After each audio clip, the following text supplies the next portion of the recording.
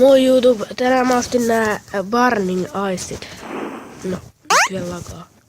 Mut silti 49 purella yritin kuvaa videota silloin. Nyt se meni hienoon.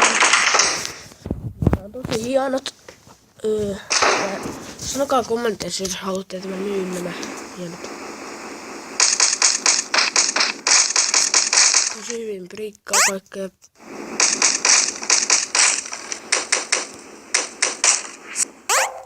Mä annan näille 5/5, ihan hirveen hienot. Mikä onkin ollut, mutta joo. Jos on farmeri kannattaa nämä rikkoa hyvin. Mutta no, moro.